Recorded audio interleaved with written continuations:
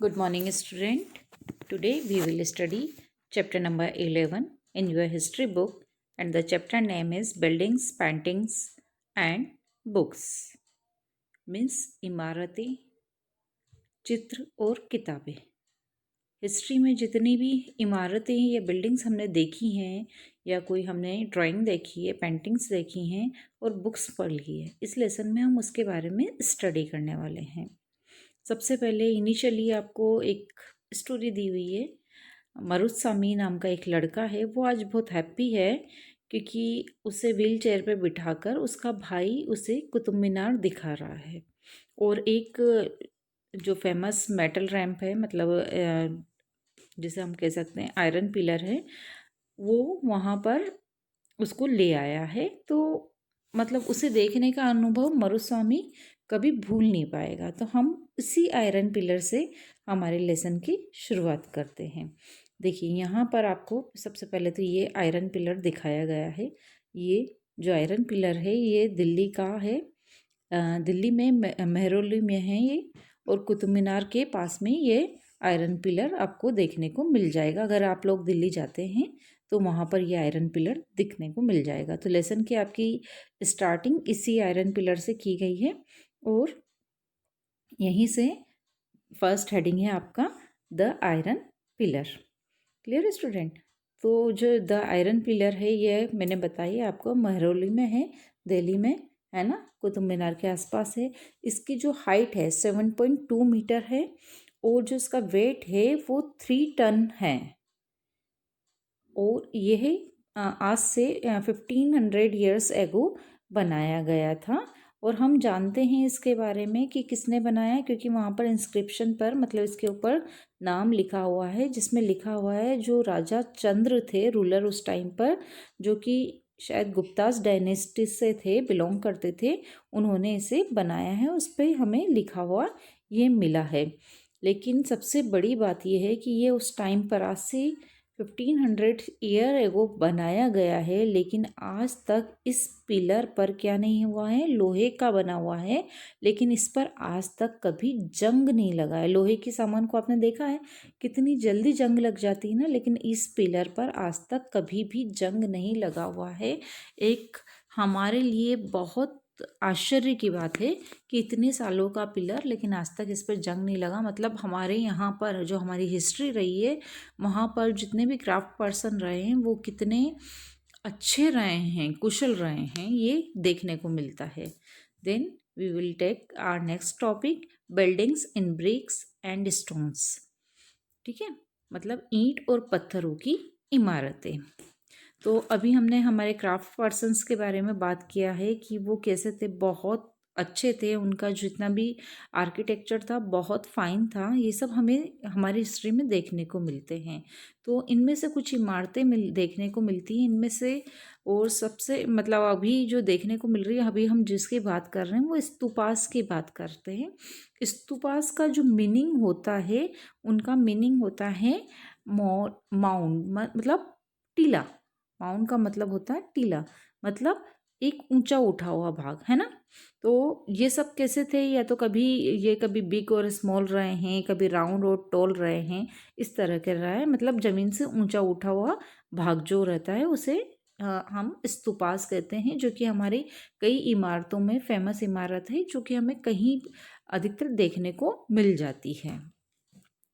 अब जितने भी स्तूपास हमें मिले हैं उन सब में क्या एक कॉमन फीचर्स रहा है, वो फीचर्स क्या है कि इन सब के अंदर है ना, सेंट्रल ऑफ द हार्ट, मतलब हार्ट के स्तूपास के मेन जगह पर एक स्मॉल बॉक्स देखने को मिला है। बीच में एक छोटा सा एक बॉक्स देखने को मिला है, और इस जो बॉक्स रहता था इसमें जितने भी बुद्ध या बुद्ध के जितने भी फॉलोअर्स हैं उनके टीथ होते थे इस बॉक्स के अंदर, या तो उनके टीथ रहते थे या बोन्स रहती थी या एशेस रहती थी, मतलब राख रहता था। मतलब ये स्तूपास बना है, इनके सेंट्रल में एक बॉक्स मिला है, और उस बॉक्स में बुद्धास या बुद्ध के जितने भी फॉलोअर्स, जो मेन फॉलोअर्स थे, उनकी ये निशानियाँ रहती थी, या प्रीशियस स्टोन्स और कॉइन्स भी जो वो लोग यूज़ करते थे वो भी इसमें मिले हैं हमें। जितने भी जो ये ये बॉक्स हमें रैलिक कैस्केट के बारे में इसको इस नाम से जाना जाता है ना।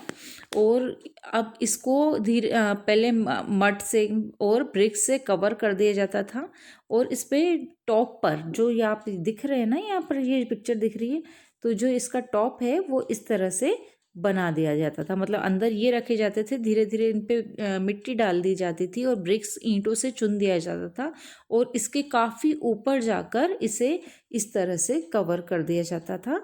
इस तरह का ये स्तूप आपको कहीं पर भी, अधिकतर स्तूपास के नाम पर इसी तरह की आपको पिक्चर्स देखने को मिलेगी। क्लियर? इस तरह का सांची में भी हमारे यहाँ स्तूप मिलता है मध्य प्रदेश में, तो आप देख सकते हैं इसे कहीं पर भी। तो ये बड़ा ही सुंदर होता था। अब मेनली जो स्तूपास जो बन गए ना, इनके चारों ओर एक प्रदक्षिणा पाथ बनाया जाता था। प्रदक्षिणा पाथ कैसा बनाया जाता था कि जो भी इसके फॉलोअर्स रहते, मानने वाले रहते थे, है ना, वो इस मतलब इसके चारों ओर एक प्रदक्षिणा पाथ, मतलब चारों ओर हम इसके घूम सकते हैं। तो इस तरह का प्रदक्षिणा पाथ बनाया जाता था। और मतलब वो जितने भी इसके डेवोटीज रहते थे वो इसके चारों ओर चक्कर लगा कर घूमते थे, मतलब चारों ओर से इसकी प्रदक्षिणा देते थे। और इसका एक जो मेन गेट होता था, मतलब उसका एक जो रेलिंग और मतलब जो इसका गेट रहता था, इसमें क्लॉकवाइज, पहले तो वो क्लॉकवाइज प्रदक्षिणा देते थे, और जितने भी इसके रेलिंग और गेटवे जो रहते थे वो काफ़ी अच्छे डेकोरेटेड रहते थे, और वहाँ पर काफ़ी सारी मूर्तियाँ लगाई जाती थी। उसको मतलब काफ़ी सुंदर बनाया जाता था, जैसे कि ये आप गेट देख ही रहे हैं कि काफ़ी ये इसका गेट है ये। और ये जो यहाँ से ये जो दिया हुआ है, यहाँ से आप पूरा इसमें प्रदक्षिणा देते हुए यहाँ से वापस एग्जिट रहते थे। और यहाँ पर जो काफ़ी सुंदर मूर्तियाँ और इस तरह से इसको डेकोरेट किया जाता था, इस तरह का इनको बनाया गया। अगर हम देखें तो अमरावती में या कई अमरावती में देखने को मिल जाता है, और भी काफ़ी सारी जगह हैं जहाँ पर इस तरह के स्तूपास हमें देखने को मिल जाते हैं। अब कई बार पहाड़ियों को काटकर भी इन लोगों ने केव्स बनाई हैं, आर्टिफिशियल केव्स भी देखने को मिली हैं। और इन जो पहाड़ी जो रहती है उनको काटकर इन्होंने आर्टिफिशियल केव बनाई है, और उन जो केव हैं इनको भी इन्होंने डेकोरेट किया है अपनी पेंटिंग से या स्कल्पचर से, मतलब मूर्तियाँ उसमें सजाई गई है, इस तरह को भी देखने को मिलता है। और इसी टाइम पीरियड में हिंदुओं की मंदिर का भी कंस्ट्रक्शन करवाया जा रहा था इसी टाइम पीरियड के अंदर, और उसमें विष्णु, शिव, दुर्गा बहुत इम्पोर्टेंट थे, मतलब इनकी बहुत ज़्यादा पूजा होती थी। मंदिर में जो सबसे प्रमुख भाग होता था, मेन भाग होता था, उसका नाम दिया गया था गर्भगृह।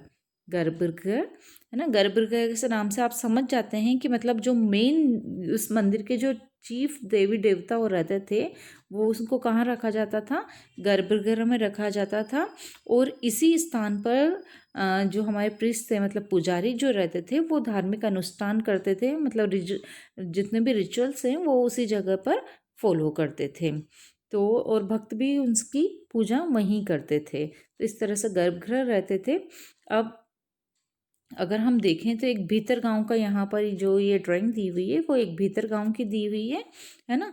तो यहाँ पर आप मंदिर देखिए तो काफ़ी गर्भगृह के मंदिर के काफ़ी ऊंचाई तक उन्होंने ये बना रखा है, काफ़ी ऊंचाई तक इनके शिखर बनाए हुए हैं। तो ठीक है, तो ये जो होते थे काफ़ी गर्भगृह के टॉप पर जो होते थे वो शिखाराज होते थे। तो ये सारे शिखाराज को मतलब हम हिंदी में शिखर कहते हैं ना।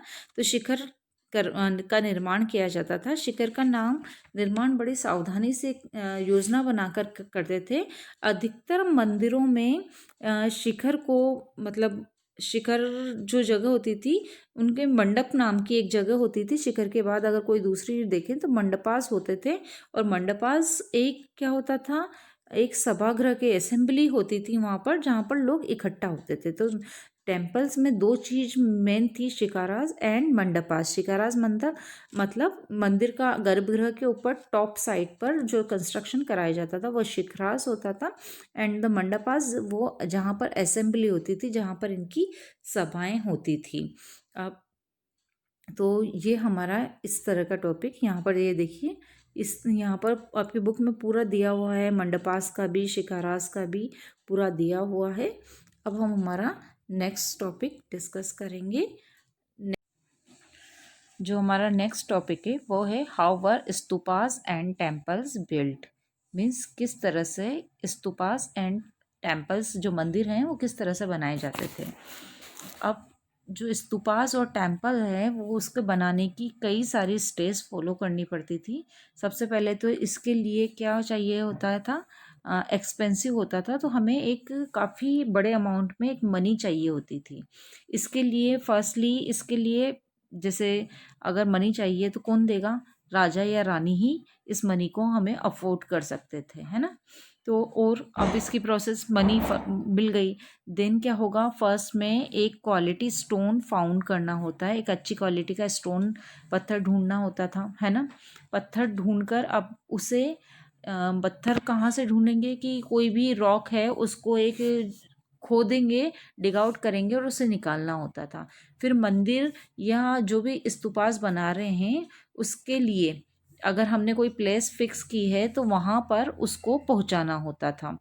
तो केयरफुली हमें उसको कहाँ, स्टोन को कहाँ पहुँचाना होता था, उस प्लेस पर पहुँचाना होता था, है ना, जहाँ से पत्थरों को काट कर तराशने के बाद खम्भों, दीवारों की चौखट या फिर फर्शों या छत का आकार दिया जाता था। तो ये सारे हम पत्थरों को आकार दिया जाता था। इन सब के तैयार हो जाने के बाद सभी जगह पर अब उनको क्या लगा करना है, फिक्स करना है, एक पर्टिकुलर प्लेस पे उन्हें फिक्स करना है, पत्थर को लगाना है। तो ये काम बड़ा मुश्किल होता था। यहाँ पर आपको ये पिक्चर दी हुई है, ये पिक्चर एक जैन मठ का पिक्चर है जो कि एक हिल को डिग आउट करके खोद कर डबल स्टोरी उन्होंने कंस्ट्रक्ट की है, जो कि वहाँ उनके जो संत होते थे वो यहाँ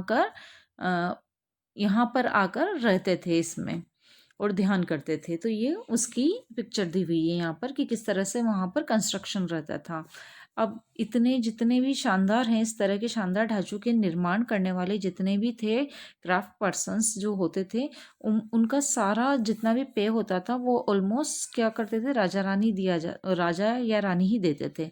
इसके अतिरिक्त अगर हम बात करें तो जितना भी स्तूपास और मंदिर टेम्पल जो बन रहे हैं तो वहाँ पर भक्त भी जो आते थे वो भी गिफ्ट लाते थे, मतलब जो भी मंदिर में आ रहे हैं उसके लिए गिफ्ट लाते थे, है ना। और इससे उसकी जो बिल्डिंग बन रही है उसको डेकोरेट किया जाता था।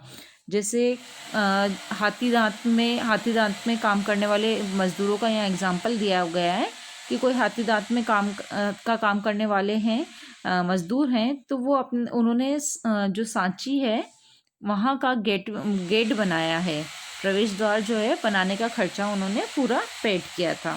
तो इसकी सजावट अब नेक्स्ट पैराग्राफ में हम देखते हैं कि जो भी इनकी सजावट में जो पैसे देने वाले जो थे उसमें मेनली व्यापारी हुआ करते थे, फार्मर होते थे, है ना, या फिर माला बनाने वाले, परफ्यूम बनाने वाले, मतलब इत्र बनाने वाले, ये लोग हुआ करते थे। कि कौन कौन होता था, ये इन लोगों के यहाँ पर नाम दिए गए हैं कि, और कई ऐसे स्त्री पुरुष भी शामिल थे यहाँ पर, मैन वुमेन भी शामिल थे, और इनके नाम कहाँ पर लगे हुए हैं, वहाँ के जो पिलर है, रेलिंग है, वॉल पर हमें इनके नाम देखने को मिल जाते हैं। अभी हम कहीं पुरानी बिल्डिंग्स देखने जाते हैं तो वहाँ पर कई बार नाम लिखे हुए रहते हैं कि किस किस ने बनाया है। तो जस्ट इस तरह से हमें फाउंड हुआ है कि ये सभी चीज़ें किनने बनाई है। तो जो अब हमारा नेक्स्ट टॉपिक रहेगा उसमें हम पेंटिंग्स के बारे में पढ़ेंगे।